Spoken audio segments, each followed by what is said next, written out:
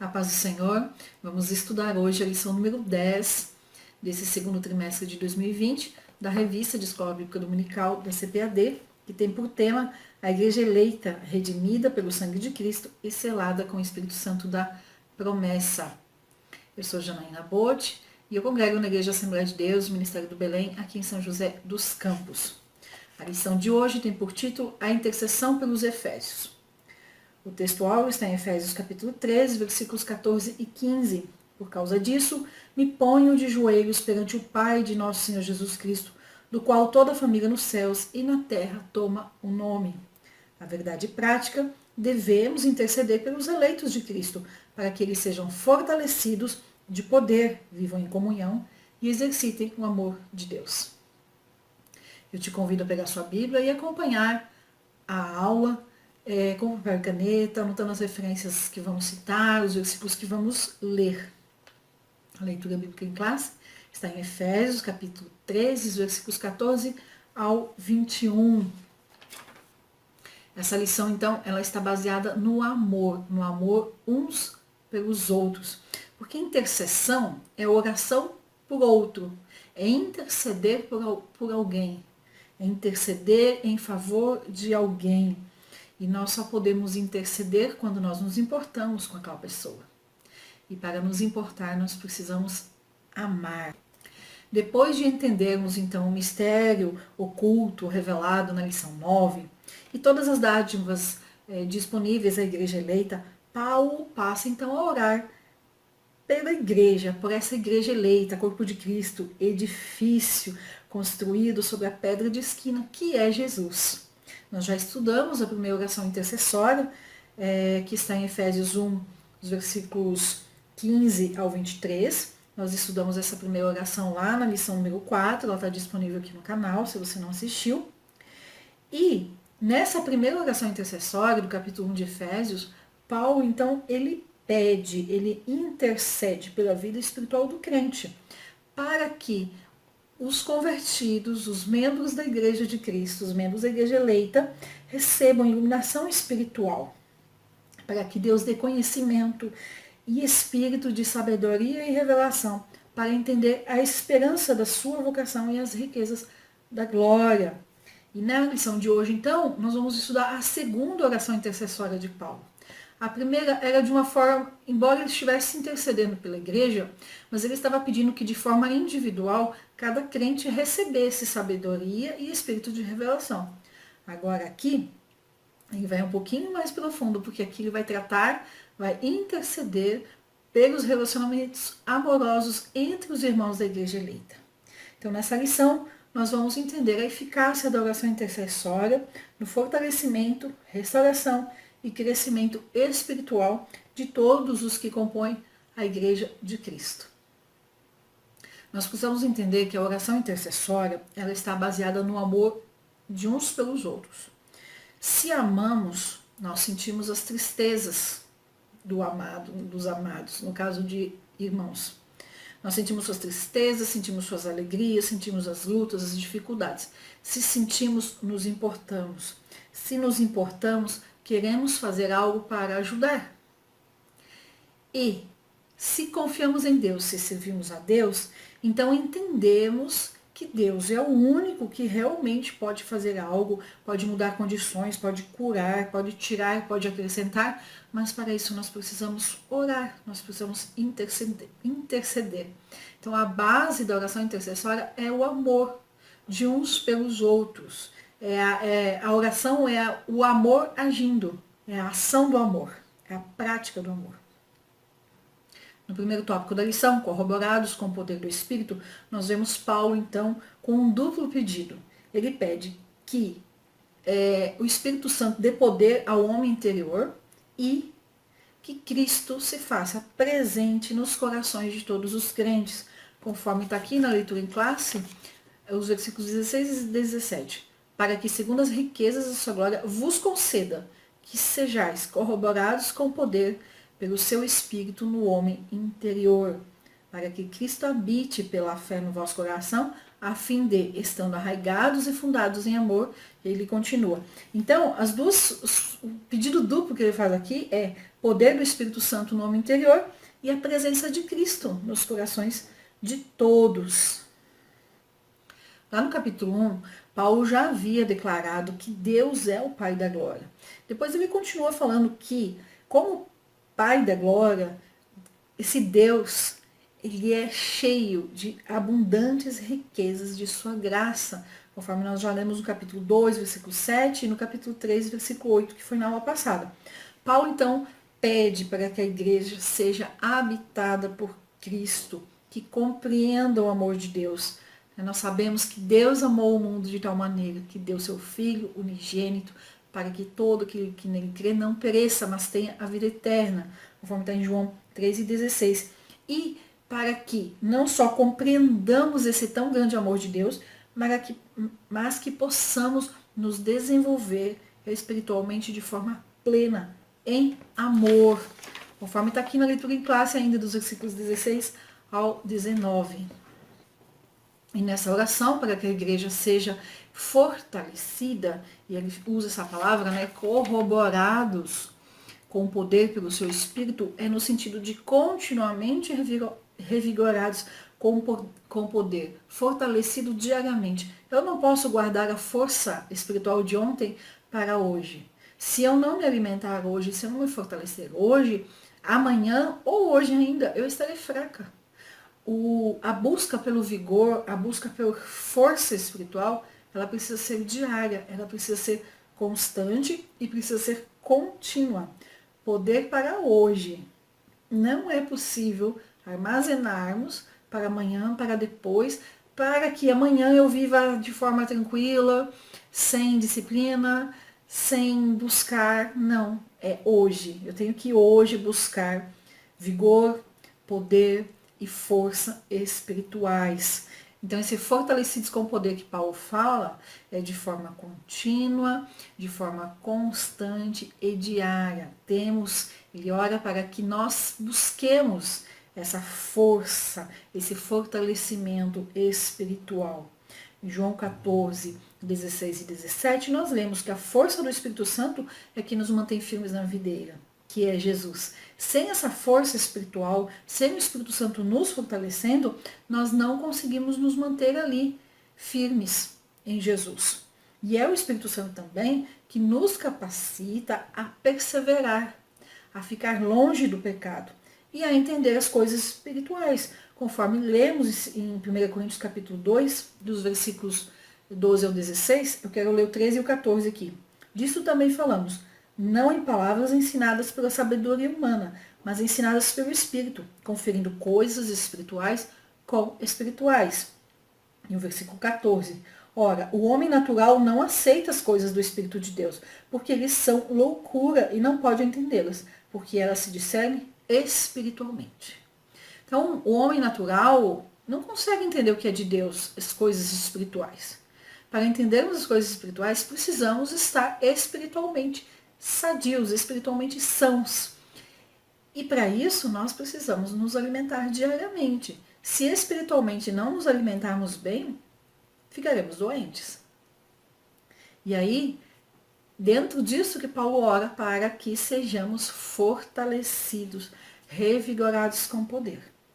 Eu sempre falo, né, para orar antes e depois de ler a palavra de Deus, pedindo entendimento e revelação da Bíblia, que foi o que Paulo nos ensina no capítulo 1, na primeira oração intercessória dele, para que Deus dê conhecimento e espírito de revelação.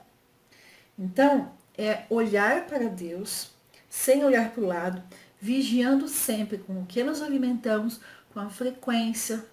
Como é que estamos espiritualmente? Com vigor? Com força?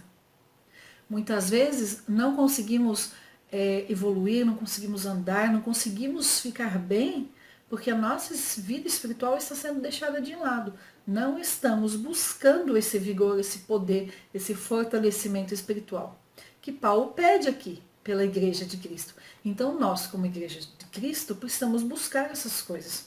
Precisamos orar uns pelos outros, intercedendo e pedindo exatamente por isso que Paulo pede aqui. Poder do Espírito Santo no homem interior.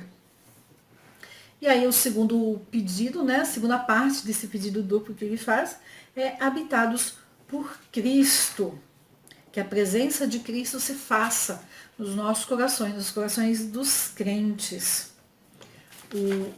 Aqui, o versículo 17 da leitura em classe, né, tá esse pedido, para que Cristo habite pela fé no vosso coração, a fim de estando arraigados e fundados em amor. Então, é preciso que Cristo habite nos nossos corações.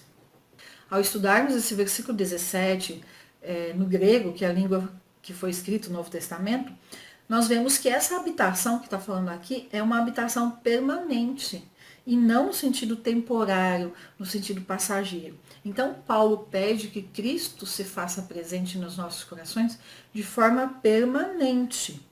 Né? Que Cristo habite na vida da igreja de forma permanente, de forma contínua. Agora, para Cristo habitar no nosso coração de forma contínua, é preciso que o nosso coração não tenha sujeira, não tenha pecado. Sabemos que sem Cristo a igreja não vai aguentar. A igreja não aguenta as forças do mal. Lemos isso lá em Mateus 16 e versículo 18. Também eu te digo que tu és pedra, e sobre esta pedra edificarei a minha igreja, e as portas do inferno não prevalecerão contra ela. E aqui apenas uma explicação simples de língua portuguesa, né? Quando Jesus fala para Pedro, eu te digo que tu és pedra. E aí Jesus fala, e sobre esta pedra. Então, pedra para Pedro é no sentido de uma pequena pedra. Pedra quando aponta para Jesus, Jesus aponta para si, e esta pedra, ele está falando de pedra angular, pedra de esquina, pedra maciça, de principal pedra. A gente leu já sobre isso, estudamos isso na lição número 8, onde aprendemos que Jesus é o firme fundamento da igreja, é a pedra angular, é a pedra de esquina, é o principal fundamento da igreja. Lemos isso também em 1 Coríntios capítulo 3 e versículo 11. No segundo tópico da lição, então, nós vamos ver o finalzinho do versículo 17, né? Tendo o poder pelo Espírito Santo no homem interior, Cristo habitando no nosso coração, estando arraigados e fundados em amor. Então aqui o apóstolo usa dois conceitos. O arraigados é como uma árvore. E já vimos que Jesus é a árvore perfeita. Ele é a videira verdadeira, conforme está lá em João 15, versículo 5. E esse fundados em amor, que aí sim nós já estudamos na lição 8, fala de edifício construído sobre a pedra que é Jesus, conforme está em Efésios 2 e 20, Colossenses 1, 23 e Colossenses 2 e versículo 7. Então, Paulo ora com o propósito de que a igreja entendesse e aceitasse o amor de Deus. E aí aprendemos aqui que amor é escolha, amor é decisão, mas é principalmente ação. De nada adianta falar que ama sem ter ação. E a oração é a maior ação de amor na igreja eleita. É na oração que somos impelidos a frutificar em boas obras. Quando oramos uns pelos outros, Deus começa operando, Deus começa trabalhando primeiro no nosso coração. E essa intercessão pelos outros faz com que produza em nós um desejo, uma vontade de ajudar os outros. Então nos impele, nos empurra para ações, para boas obras de amor. E sabemos que o amor é uma virtude cristã. Sem amor, nada tem valor. Em 1 João 4 e 8, lemos que aquele que não ama não conhece a Deus, porque Deus é amor. Efésios 5 e 2, e andai em amor, como também Cristo nos amou e se entregou a si mesmo por nós, como oferta e sacrifício a Deus, em aroma suave. Em 1 Coríntios 13 e 3, nós lemos, e ainda que eu distribua todos os meus bens entre os pobres, e ainda que entregue o meu próprio corpo para ser queimado, se não tiver amor, nada disso me aproveitará. Então, se não tem amor, de nada serve, de nada adianta. E o 1 Coríntios 13, embora muita gente use esse capítulo nos casamentos, e ele é necessário sim, mas aqui fala basicamente de amor como dom de Deus, amor ágape, amor entre os irmãos em Cristo, irmãos da igreja eleita. Então Paulo pede, ele intercede a Deus para que o viver da igreja, para que os relacionamentos dos irmãos em Cristo na igreja sejam fundados no amor. Amor, como virtude cristã, deve sim ser expressado com ações. É preciso ações, não é só falar. 1 João 13, dos versículos 16 ao 18, fala assim: nisto conhecemos o amor, que Cristo deu a sua vida por nós, e devemos dar a nossa vida pelos irmãos. Ora, aquele que possui recursos deste mundo, e vir seu irmão padecer necessidade e fechar-lhe o coração, como pode permanecer nele o amor de Deus? E aí o versículo 18. Filhinhos, deixemos de dizer apenas que amamos as pessoas. Vamos amá-las realmente e mostrar isso pelas nossas ações. Jesus deu a sua vida por nós, como maior prova de amor. Ele veio para servir. Nós temos que ser imitadores de Cristo. Então nós temos que servir e dar sim a nossa vida pelos nossos irmãos. No sentido de serviço, no sentido de não reter. Se temos como abençoar o outro e não abençoamos porque o coração está fechado, que amor é esse que dizemos que temos? É isso que João, conhecido apóstolo do amor, está falando aqui. Então, não basta falar que ama. É preciso mostrar isso realmente, como fala o versículo, é preciso mostrar isso na realidade, vivendo a cada dia, na vida real. Não só no pensamento, ou no virtual, ou em palavras, mas é preciso fazer algo. E arraigados e fundados em amor, como já falei, arraigados em Jesus, fundados como um edifício, fundados em Jesus. Então, Paulo intercede para que a igreja compreenda e, compreendendo esse amor, pratique esse amor. Sem amor, a vida cristã não se sustenta. O amor de Deus é de tal maneira que deu seu Filho por nós. João 3,16. E é um amor tão grande, é um amor tão imenso, que o apóstolo Paulo fala aqui no versículo 18 da nossa leitura em classe. De qual seja a largura e o comprimento e a altura e a profundidade do amor de Deus. Nós não podemos entender a imensidade desse amor, porque é um amor que excede todo o entendimento. Então, quando pensarmos em intensidade do amor de Jesus, temos que pensar no que ele fez.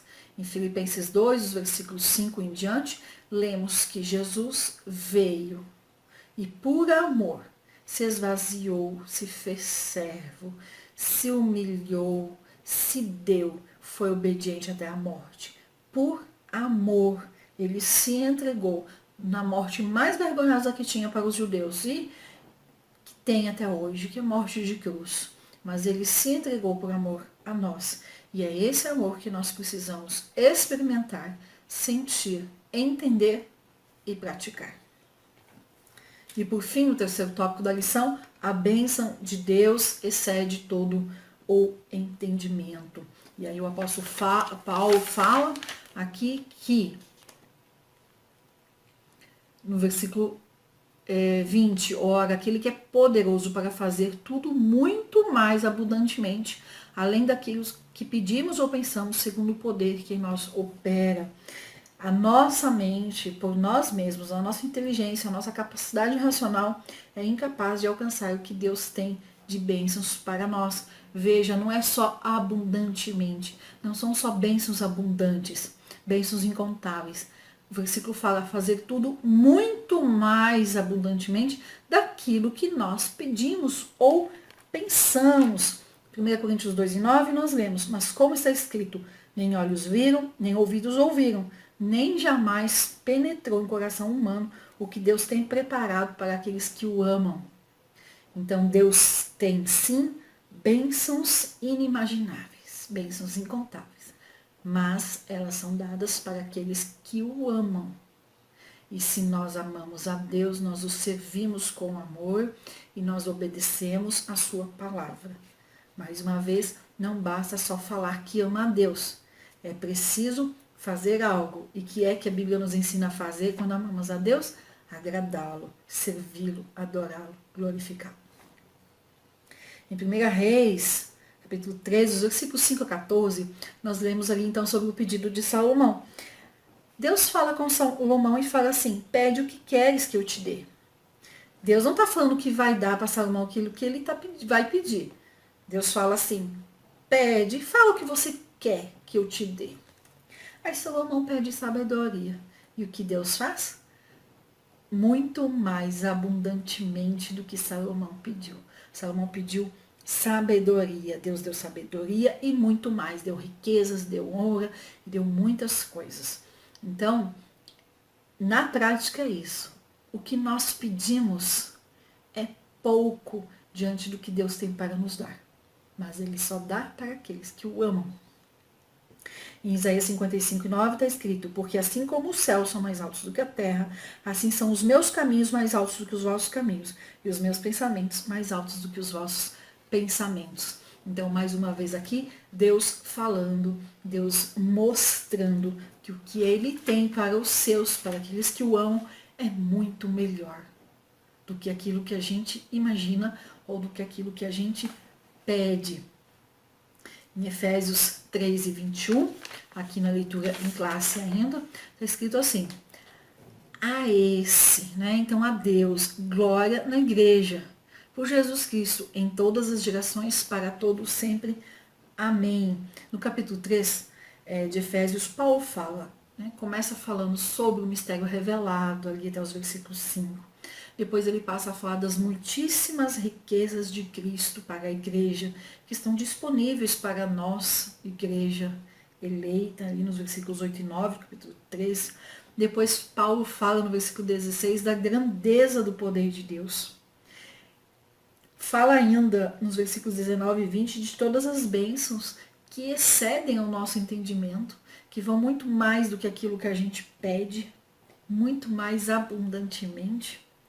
Então, com tudo isso, só nos resta adorar e glorificar a Deus. E aí, então, Paulo fala sobre isso. Nesse último versículo da leitura em classe: a esse glória na igreja, por Jesus Cristo em todas as gerações, para todos sempre. Amém. Então, ele fala que Deus deve ser glorificado na igreja. Glória na igreja. E em Cristo. Quando? Por quê? Por todas as gerações. Quando? Para todos sempre. Então é de forma contínua, de forma constante, sempre, por todos. Um dos propósitos da igreja é glorificar a Deus, conforme está em Efésios, já lemos, em lições passadas, capítulo 11, versículos 6, 12 a 14, Salmo 115:1, João capítulo 13. Então, nessa oração intercessória, Paulo o que ele queria? Ele queria o fortalecimento da igreja, o fortalecimento espiritual da igreja. E ele sabia que para isso era necessário esse poder do Espírito Santo. Era necessário que Cristo habitasse nos nossos corações, a presença plena de Cristo, o intenso exercício do amor de Deus, né? Amar uns aos outros como igreja eleita, e que era necessário que sentíssemos a necessidade de crescimento espiritual contínuo até alcançar a perfeição. Então, Paulo orou por tudo isso. E aí, já concluindo essa lição, devemos nós também orar como Paulo orou. Orar um pelos outros, como igreja eleita. Praticar esse amor entre nós. Praticar esse amor entre um e outro. Olhar pelo outro, sentir a tristeza, sentir a alegria. Interceder a Deus, não só de forma individual, pelas necessidades individuais uns dos outros, mas também como igreja, como um todo. Orar por esse fortalecimento da igreja, para que a igreja seja revigorada, para que a igreja receba o poder do Espírito Santo constantemente, continuamente, diariamente.